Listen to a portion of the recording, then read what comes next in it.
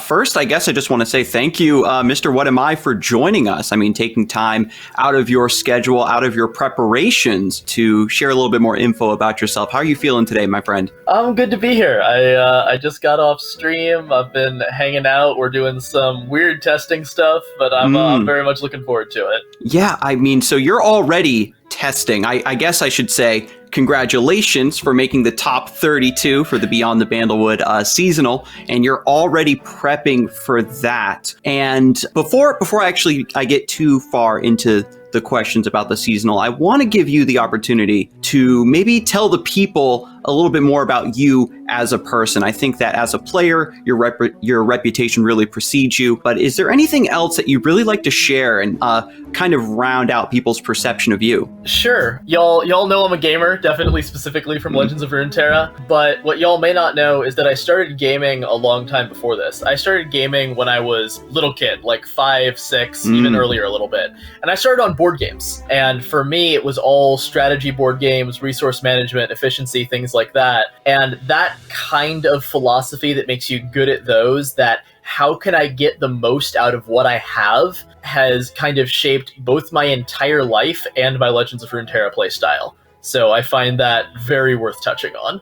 That sounds amazing. And when you come from that strategy background, did you immediately get into card games, or were you more of like a 4X sort of gamer or anything like that coming through? So I did a lot of Euro gaming, and I did a lot of war gaming. My first card game was Magic the Gathering, surprising nobody.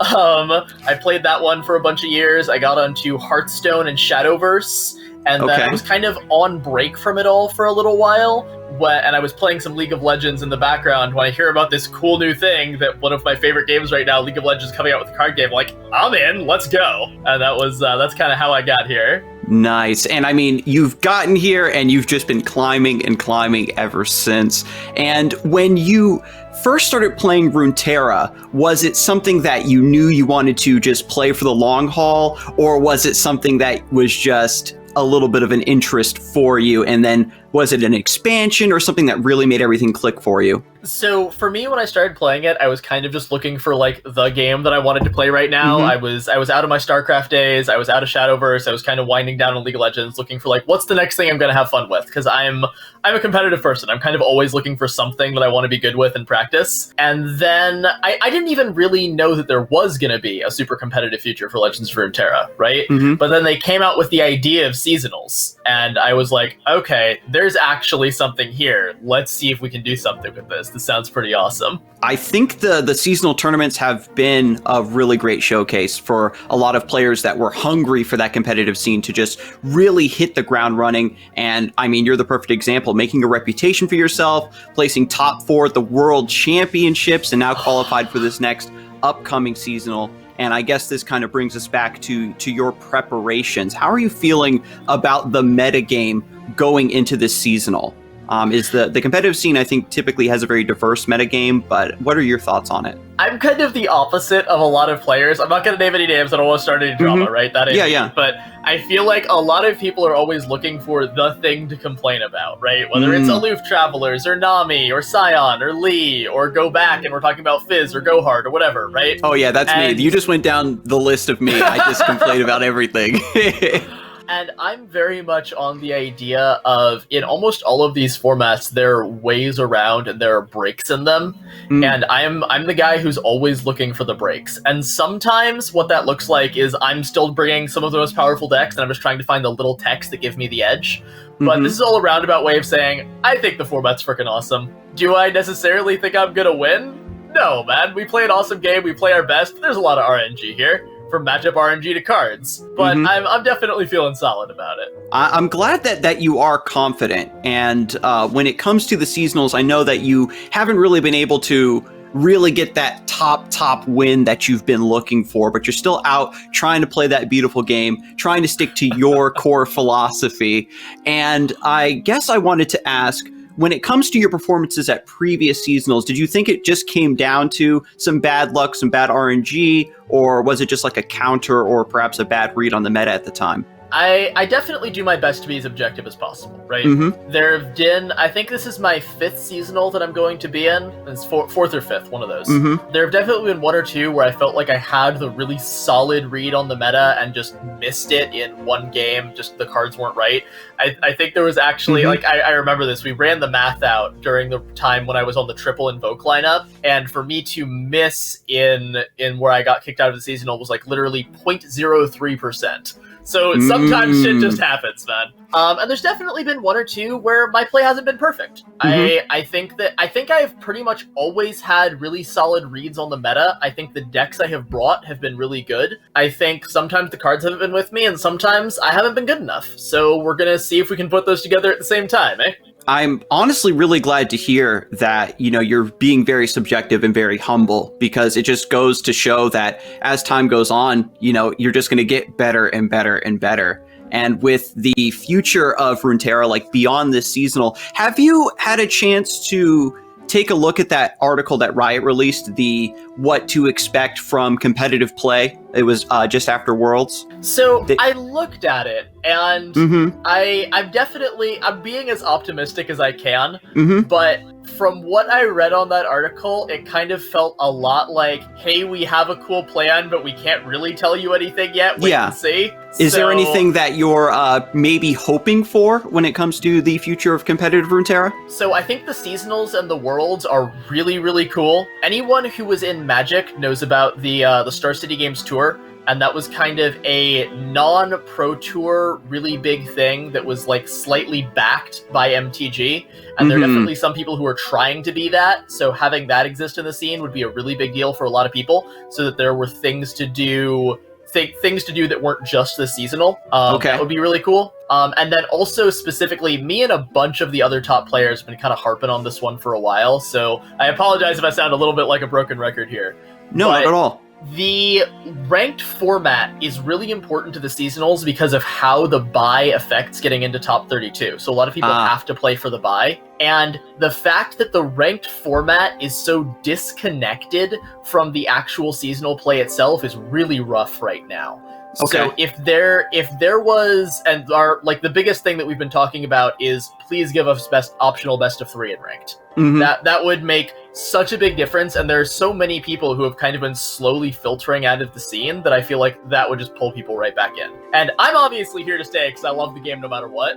But I think that would be a really big deal for a lot of people, and I would love it. The sort of debate that's been going on for a very long time, as you already said, about adding best of 3 and things of that nature is something I hope that Riot does give some better consideration towards. I would love for them, for sure, to maybe have some sort of round table with some of the best players in the game to like really get down with the devs and get some things hammered out, because that's, you know, it's definitely out of my wheelhouse. But I'm glad that, you know, you're able to give your opinion there. To bring things a little bit back to the metagame, right? You said you have a very strong read on the metagame. You like what you're going to be bringing to the seasonal. I don't know if you have that locked in yet. I know that you're known for Targon, and you did bring a lot of Targon to Worlds. And is there any buffs that you would like to see to that region? Because for somebody who's an expert, do you feel that it does need buffs? Because I know that there are some players that perhaps are in the camp that players just haven't been experimenting with the region enough. So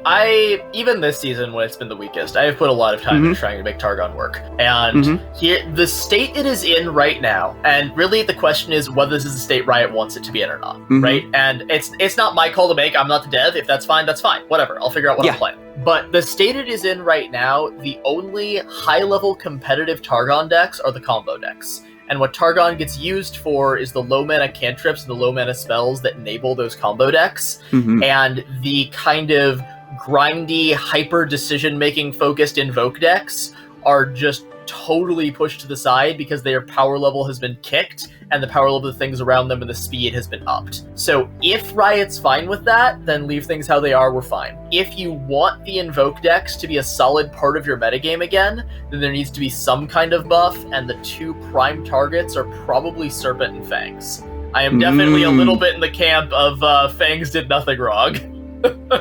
I would agree with Fangs, but Serpent, I don't know, man. I hate that little bugger. The reason that Serpent is so important, and the reason I think if you want Targon to be top tier again, you have to bring it back, is because Targon doesn't really have any other removal. And if you're completely relying on your splash color for removal, first of all, that makes Mountain Scryer not a card anymore, which is a little rough. And second of all, it means you're not going to have a consistent deck with what you're doing a lot of the time. It's the question, right? I think if you rebuff the snake, then Targon gets to be top tier. And there are people who will be happy about that and people will be sad about that. And I think that's Riot's call. Yeah. And I am going to be happy with the game either way, because the number one thing I see myself as is kind of the deck builder and the deck tinkerer. So whatever the format's like, I'm going to find something I like that I enjoy that I can have fun playing with. But if you're asking me, as you know, I have kind of been labeled the King of Targon. I swear I didn't make this name. It's not my fault. But if you're asking me as the guy who plays Targon a lot, I will say those are the things you would need to look at to bring Targon back into the forefront for the metagame, if that's what you want to do. Either that or Aphelios, but a lot of people still have PTSD about him, so I'm not even sure I want to bring that up. Right. So I thank you for giving your thoughts on Targon. I know that you aren't necessarily all in on Targon, but I'm glad that somebody who has so much experience with it can shed a little bit of light about what they could do. And you mentioned the Invoke decks being very hyper decision-making focused and very nuanced to play. And I think that, again, ties into your philosophies about life and about playing the game, as you mentioned earlier. And I am told that you are a fan of poetry. And and so I know that, like, there is this sort of scholarly air about you when it comes to the way you carry yourself, the way you analyze your gameplay, and the way that ties into poetry is very interesting for me. Would you like to expand on that a bit? Sure. This isn't one that I had brought up, but I am in fact a slam poet. I do that on a professional level. I teach kids. That is something I do in my day job, is I teach kids slam poetry. And that's the kind of thing where when you're doing that right, what you're doing is you're looking at something in the world and you're saying, hey, here's how we can do this better, and you're reaching out to people, right? And the way that ties into the game is whether I'm looking at the world or myself or my decks or my play, anything I'm looking at, my first response is, hey, how can I do this better? And I think having that as a response is definitely both a help in life, and as you said earlier, it helps me get better, right? Because if I can't look at my play and say, hey man, you fucked up, then I can't get better. And I'm just going to get stuck in that moment of, well, it was clearly the cards, I haven't done anything wrong forever, which is not a good place to be. Yeah, if you do that, you end up like me. And I post salty posts on Twitter all the time. That's totally me. But you know, there's multiple kinds of people, and that's why you're one of the best players in the world. And I am here interviewing you to learn a little bit more about the game. So when it comes to the slam poetry, let me ask, would you like to expand a little bit more about what slam poetry is, as opposed to, I think, like the normal poetry that people are familiar with, where you're just kind of reading it out of a nice book? Sure. So the stuff that I expect most people are more familiar with is much more focused on rhyme schemes and specific ways to construct poems. There's a whole bunch of stuff like that, different types of poetry, you know, very, very most basically haiku, right? You have a certain number of syllables, sometimes you get rhymes, sometimes you get note, or sonnets, Shakespearean stuff, right? Slam poetry is much more free verse. It's finding, like, the most important thing about it is you are finding a powerful way to say something that matters, and all of the poetic tools at that point are kind of just points in your arsenal. Whether it's rhyme or rhythm or alliteration or personification or how you're acting to the audience. Because slam poetry is also very much not just, I'm going to sit here and read, right? It's animated, it's powerful, it's in your face, it's meant to be performed. That's kind of the difference between that and more normal poetry. It's more like acting while saying something than it is like reading out of a poetry book. Yeah, I'm totally getting you here. And I love how all these points are just tying into your play, like being clean, using the points in your arsenal, being animated, adapting. I'm really connecting some dots here, my friend. I don't know if you've made these same sort of connections, but I am really loving it. I'm really loving it. Is there any slam poetry that you would like to maybe call attention to? Maybe like baby's first slam poetry that you'd like to maybe get some more people into? Oh goodness, I don't know any. Like, the thing is, it's very regional. Right? Okay. But if you're in the California Bay Area, which is where I am, then I'd recommend go check out Oakland Slam. They are one of the coolest and best in the business, and they do some good shit. That's easy Google. As far as specific poems, oh goodness. I'm gonna admit, in thinking about doing this interview, this was not one that I expected to get asked. No, it's totally fine. I know we have some curveballs here. We have some softballs here. I got you. If anyone is interested in a specific one, the one that got me into slam poetry in the first place is called Flashy Words by Shihan. Shihan. If anyone is interested in that, that is what got me into this. So go check it out. I will have to look that up myself. I'm sure we'll have lots of links so people can click on those. And I'm really glad that you were able to find that right off the top of your head. I really appreciate you sharing that part of yourself. Seriously, I think a lot of the players in Runeterra, it's just all about how did you do in this tournament? What decks do you like? What regions do you like? But I'm really glad that we can get to know you a little bit more as a person, because to throw a little bit of Casanova in there, I think a lot of the crew from Giant Slayer and the rest of the scene have been very sort of fascinated with you, person. Again, not to flatter you too much, but you do have a certain air about you, my friend. I mean, it's the thing you were talking about, right? It's that everything's connected. I think that whether people realize it or not, it's kind of an advanced form of what we call you play how you practice, right? However you are living your life and your decision-making process, it's all going to be connected, whether you're playing Runeterra or you're going on a date or you're writing a paper. The way that you are going through your life will show through in all the things you do. And if you try to affect it in one area, then it's going to resist. And if you want to get better at anything, then the way to do it is figure out how to think about things better in the broader term. So if, as you say, all the things I do sound connected, it's because they are. You are laying down some truth right now, my brother. I am loving it. I'm absolutely loving it.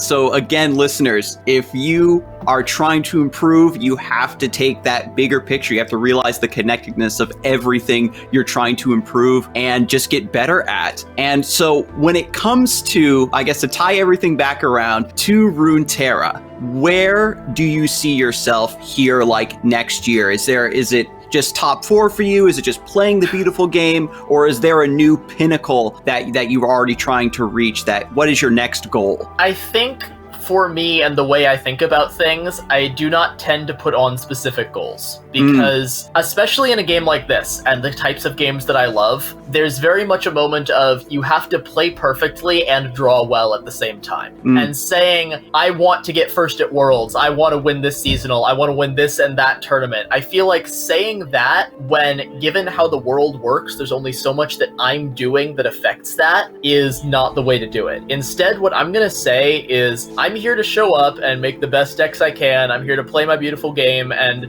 maybe if I am consistent and powerful enough for long enough, then I will hit those wins that I want to hit. And that's kind of all there is to it for me. When it does come to card games, being consistent just naturally bears fruit over the long term when you're increasing your win rate. And that beautiful game that you talk about, when it's a game that just everything goes correct and you have that sick read, I know exactly how you feel about that. And is there any beautiful plays that you made recently, or perhaps you saw someone else make, that you'd like to give as an example? I think my favorite single play ever that I occasionally flash back on and still smile. I think it was 2 seasonals ago. It was back when I was playing a bunch of Targon, and I was playing against Deep, and we both have no units on the board. He has 10 hit points. We're on 8 mana each, and I played Star Shaping last turn. I didn't hit Great Beyond. I did not have the option, so I have the Phoenix in my hand, and the Phoenix is lethal, right? Phoenix is lethal. I have the attack token. token, and he has 8 open mana. So I can play Phoenix, in which case I'm going to lose to exactly Devour Fish and nothing else. Or I can, and I have no other cards left in my hand. I have the Phoenix and 2 Aurelian Souls, so I'm not doing anything. I can either play the Phoenix and pray he doesn't have it, or I can pass to him, and if he plays a card, then I win the game. And because I have this reputation as the slam it and hope they don't have it and win, because I think I do that a lot more than a lot of other people do, because I think you should. I think a lot of the time playing around things is wrong, because you're just going to lose anyway. I kind of was able to bank on that reputation because my opponent knew me, and my opponent knew in their head if I had it and I could present lethal, I was going to do it.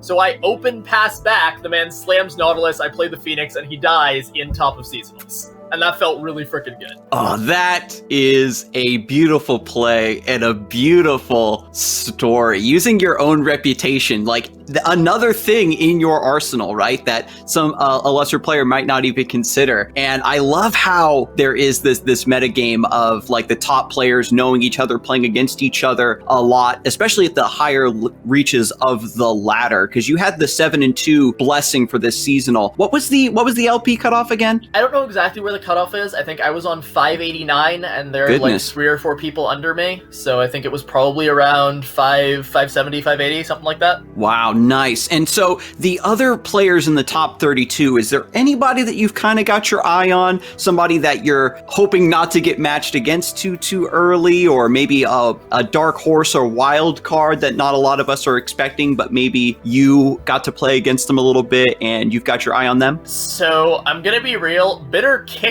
my ass in the open rounds. Ooh. So if neither of us changes our lineups, that's definitely scary. I'm definitely looking into at least reteching mine. I may still be on the same decks, but I'm at least reteching it. So definitely him, and then also going back to some like early Runeterra grassroots stuff. I don't know if y'all know him, but us in the grassroots scene see the name Black Boss, and we know that man be scary. So he's in this one, and that is definitely on my list of people to watch out for. Bitter and the Black Boss. Excellent. I know that those are, again, Black Boss does have that storied reputation, a lot of grassroots appearances, but not a lot of like big splashes, I think, to have that wider recognition outside of the general competitive scene. And Bitter, hopefully, that's this will be an opportunity for them to make a name for themselves. And if you want a dark horse, I'll give you Mr. Lucerbeam, because I think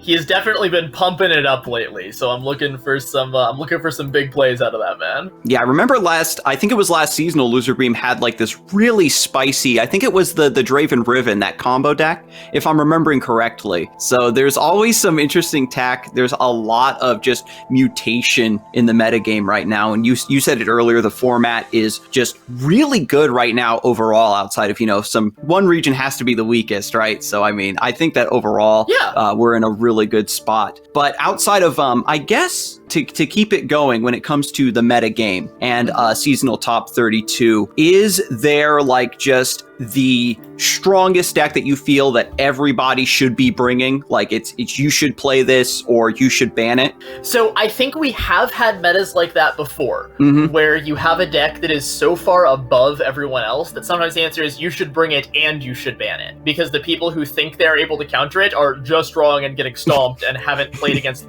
good players playing the deck or haven't tested enough. I don't think we're there right now. I think that the metagame is a lot more fluid than that. I think the deck that's definitely on everyone's mind is Scion, right?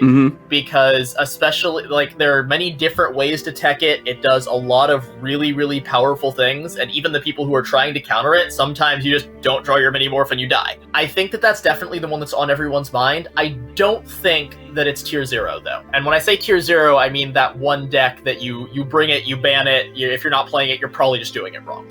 I think the last time we had true tier 0 was when TF Fizz was at its full height. And I do not think Scion is that level of power. I think you should definitely have a plan for it. And I think that was true in the open rounds too. Like, I think whether you're bringing Scion or not, I think you should know what you're going to do when you see that deck in your opponent's lineup. I think that having and when I do metagame talks, whether I'm doing them on my podcast with Mastering Runeterra, or I'm doing them on my stream just when someone asks, right? The way that I think about it is I think about the pillars of the metagame. And what I'll usually do is I'll try to think about the top 3 to 5 decks. And I'll say, okay, I want a lineup where I'm going to ban 1 or 2 of these. I'm going to feel really good against 1 or 2 of these. And like the last one, maybe I'm just hoping not to see.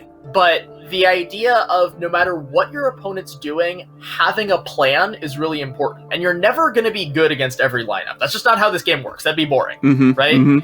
But knowing where you're weak and where you're strong and trying to adjust that strength, kind of like a facet of a gem to face into wherever the metagame is coming from, I think is the way to do it and the best you can do. That makes a lot of sense to me. That I think that you are really laying down a lot of strong fundamentals when it comes to how to approach not just high-level play, but just the ladder in general. You need to have a plan, even comes down to mulligans and things of that nature. Is there a list that you have been testing that you feel is good into Scion that other players might not have picked up just yet? I mean, I think that the deck that is probably the most solid into Scion, everybody knows about, and that's what we saw Lee do so well. I think one of the big reasons we saw the resurgence of Lee Sin kind of at the last minute of this format going into the seasonal is because it's really solid into Scion. It does good things, and it has the stuns and the bounces and the hushes, and Lee kicks him in the face. Boom. If you're asking for one that people don't know about that's really solid into Scion, like the closest I can get is there's a really interesting new Shellfolk deck that's been running around that does really well into Scion versions that aren't playing Aloof Travelers. And my Scion decks are on 3 Aloof Travelers right now, but I've seen a lot of other players that are on 2 or even 0. So I think depending on what type, and that's part of why Scion is so tough, right? Because the deck still has like 5 or 6, sometimes even 7 swing slots that people mess with. So teching against one version of the deck can get you in trouble. And you can get in trouble even in testing groups, right? Because if I'm hanging out with my boys and they all start teching against my Scion and it feels really good, and somebody shows up with the hyper aggro version, well, it's like, oops, we lose. Gotcha. Like, that's what makes it rough. But against non-Aloof Travelers versions of Scion, I think the new Glorious Evolution Shellfolk deck is actually kind of the real deal, as much as a meme as that sounds like. I know. Glorious Evolution Shellfolk being meta. This is honestly one of the things I do like about Runeterra is a lot of the stuff that we weren't expecting to be strong ends up having some sort of very good build that is good, if not for a long time, for a specific, point in the metagame where a certain deck is popular. Do you think that Lee Sin is going to continue to be popular, maybe in a post-Scion world if that deck gets hit too much? I think that unless there are some actual nerfs that get pointed at Lee Sin, then every time the deck gets forgotten, it will become the most powerful thing in the world. It is such an engine with the Eyes of the Dragon in the early and the mid game, and Zoe and Lee Sin that you have to answer, that unless you are very ready for it, it will just stomp all over you. And sometimes even then, because they have all of the protection for their things. The only decks that are consistently really good into Lee Sin are decks that are either on triple Mini-Morph, triple Aloof Travelers, which is a lot to ask, or decks that are the Hyper Aggro Rally decks. And those get stomped on by Scion right now, which makes them kind of scary to run. So that, and I guess Sivir. Sivir does pretty okay too. But that kind of, the place that Lee Sin occupies in the metagame, I think it's never really going to move. I don't think we're going to see a metagame where Lee Sin can't be some kind of good call, unless it's already at the top. The only times I haven't wanted to play Lee Sin was when everyone was playing Lee Sin. And that's not because I'm a hipster, it's because I don't like having a target on my back. I definitely feel you there, because Lee Sin has historically been a deck that when it's not super popular, it's always considered a specialist deck where there's only a handful of players that just run it no matter what, or are just very well known to play the deck well. Would you count yourself among those, the players that are like very, very high level skilled at Lee Sin, or it's just another feather in your cap, another tool in your arsenal? The only deck that I consider myself like one of the best players in the world at is the Targon Invoke piles. I feel like I kind of pioneered those, at least the SI version, and I tweaked a whole bunch of them. So that's kind of the only thing I feel super specialized in. Other than that, I feel like, again, all the way back to the beginning, right? It's about the fundamentals. fundamentals. If I understand the plan of my deck, if I understand what my opponent's doing, then I can take those fundamentals and I can play anything. And I think Lee Sin, to me, it's a powerful deck, it's a great deck, but I'm definitely not a specialist. Just it's another deck, and I thought it was a good call, so I showed up with it. Nice, nice. Still, you've already said it, like being open to those possibilities, playing what you know is going to be strong, having a good read on the metagame. And when it comes to the Targon Invoke piles, the ones that you loved to play, the ones that you pioneered, even though they're gone right now, is there a list right now that's sort of scratching that same itch for you that you've been really enjoying in particular? So, funnily enough, the closest I got, and this is going to sound like the weirdest frickin' thing, but anyone who was hanging out on my stream with me during the season, before the seasonals, was hanging out with me mostly playing Poppy Teemo. Poppy Teemo... Is that a Bandle Tree? No, it's a Yordles in Arms rally deck.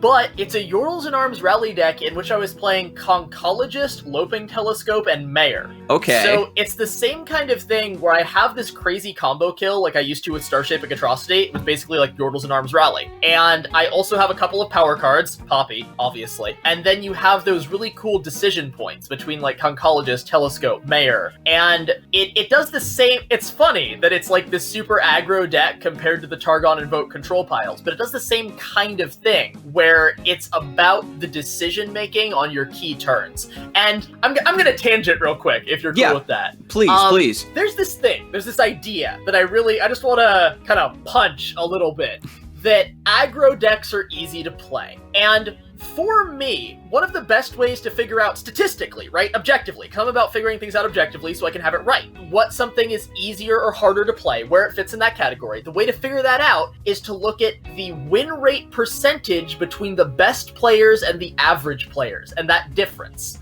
So, for example, if the average player in a deck has a 53% win rate and the best player has a 75% win rate, then you have a 12% difference, right? And the larger that difference is, the harder the deck is to play. I think for me, statistically, that's the best way to talk about it. Like, we can argue that if you want. I agree. That's I agree. When we ran all the decks in the meta, when someone did all those stats, you want to take a guess at what the hardest deck to play was, Scarzig? I want to say Darkness. That's mine. Poppy Lulu. Poppy Lulu. It was Poppy Lulu is the hardest deck to pilot consistently. The all-in elusive rally nonsense. That is the hardest fucking deck to play. So all you zero-brain aggro people who want to say aggro is dumb and you don't need to know shit, get out of here. Come on, guys. Poppy Lulu confirmed a 7-head deck. Thank you. Oh my god. That's an honestly really strong statistic, right? Because I've also been an advocate of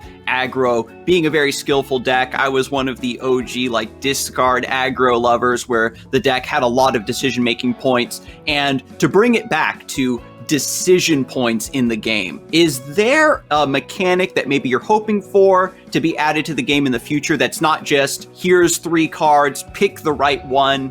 Is there a different sort of decision making you'd like to see added to the game? Sure. I feel like Riot kind of tapped on this a little bit with Predict, with deck manipulation, but I think it missed a little bit. And do you play Magic the Gathering? Do you know that one? I'm roughly familiar. I would advocate for something like Scry from Magic. For anyone who doesn't know what that is, Scry lets you look at the top couple of cards of your deck, and then you decide if those cards stay on the top or the bottom. And it's this mechanic where it can work for combo decks by saying, I really need this key piece, or control, I need this thing to save me, or any deck, because what it does is it forces you to, in your head, try to sequence the next couple of turns and figure out what you're doing and what your opponent's doing and what you need. And it also creates these crazy mind games, right? Because if I use Scry and I keep something on top, then I'm telling you that I have what I need, whether I do or not, and then you have to try to figure out whether to play around that. And I love that type of mechanic. Okay, I think that's a mechanic that I would certainly love to see added to the game, touched on a little bit with Predict, and one that would benefit you and your play style. I know a lot of like even other high-level players would definitely like something like that. But I guess with that all being said, I certainly want to thank you once again for taking the time to just share your thoughts on the game, share a little bit more about you as a person, and just again I really, really appreciate it. This was super insightful. Is there any closing thoughts, anything that you forgot to mention or something that you were hoping I was going to ask you before we close things out here? Nah, y'all are awesome. I'll do a shout out to my biggest testing buddies over at Mastering Runeterra, and I'll send big hearts out to everybody. And it's been awesome to be here. All right. Well, that all being said, big shout out to you once again and Mastering Runeterra, and good luck at the seasonal and your future endeavors for Runeterra. And so with that, I will see everyone next time. I hope you enjoyed it and you have a good one. Peace.